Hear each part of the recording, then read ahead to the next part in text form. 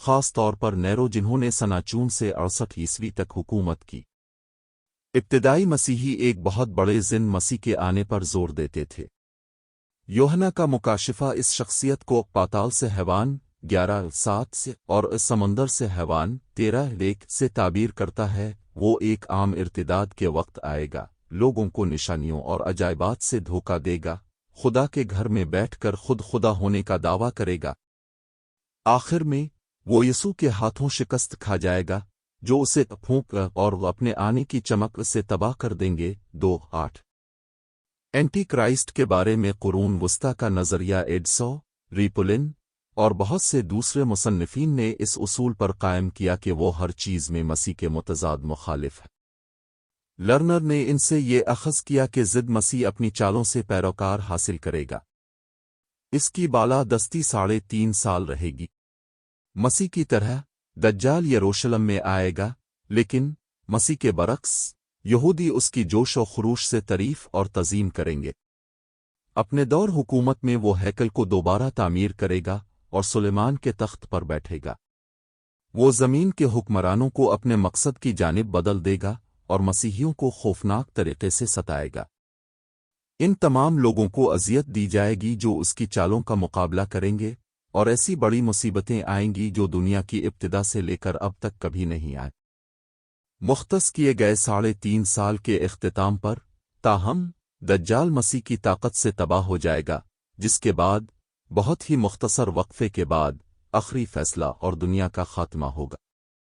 Learner کہتے ہیں کہ بعد میں اینٹی کرائسٹ کا تصور مسیح کی مخالفت کرنے والوں کے معنوں میں بھی سامنے آیا، اور اس واقعے نے بھی جنم لیا کہ کریڈٹ کارڈ اور الیکٹرانک بارکوڈز معصوم لوگوں پر اینٹی کرائسٹ ضد مسیح کی مکاشفہ کے مطابق نشانی 666 لگانے کے لیے استعمال ہوتے ہیں۔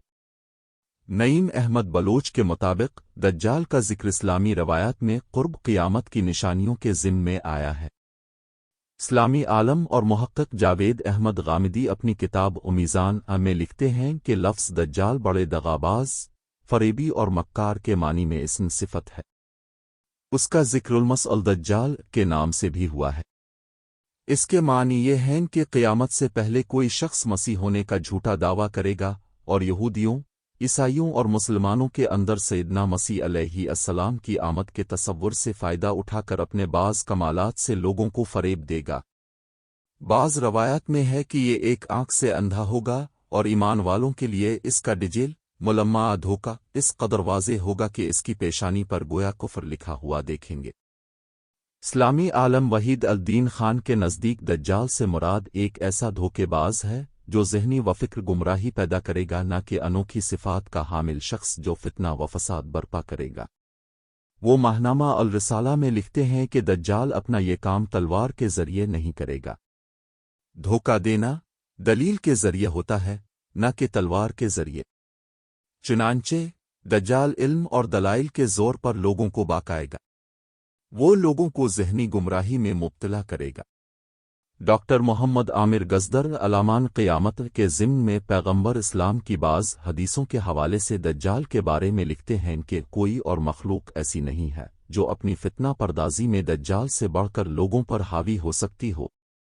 مسیح دجال ایک کشادہ پیشانی والا، گھنگریالے بالوں والا شخص ہے جس کی ایک آنکھ نہیں ہے۔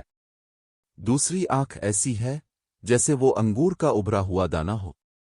وہ چوڑے سینے والا ہے، اس کی شخصیت میں کچھ بدصورتی سی ہے اور وہ سب سے بڑھ کر جھوٹا ہوگا۔ اور یہ کہ دجال اس مشرقی علاقے سے نکلے گا جسے خراسان، عراق سے لے کر ہندوستان کی سرحدوں تک پھیلے ہوئے وسیع علاقے کا قدیم نام اصفہان بھی اس شامل ہے کہا جاتا ہے۔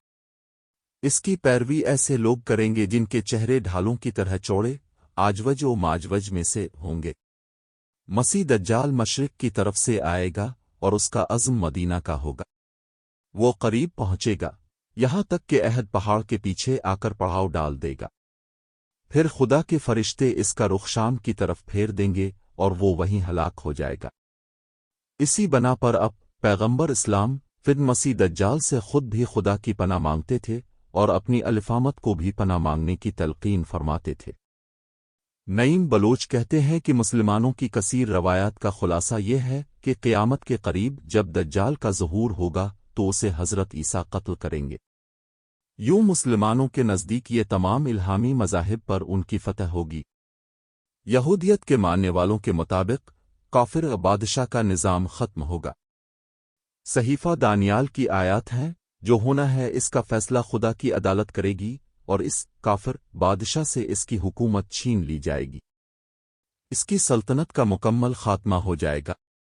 پھر خدا کے مقدس لوگ اس مملکت پر حکومت کریں گے۔ نعیم بلوچ کا کہنا ہے کہ مسیحیوں کے نزدیک ضد مسیح کے قتل سے مسیح کی برتری ہمیشہ ہمیشہ کے لیے قائم ہو جائے گی۔ بہت سے مسیحی علماء اسرائیل کے قیام اور اس کی علاقے میں برتری کو ان حالات کے پیدا ہونے کا اظہار سمجھتے ہیں جن کا ذکر وہ اپنی مذہبی روایات میں دیکھتے ہیں۔ مسلمان بھی کم و بیش ان روایات سے یہی مطلب لیتے ہیں۔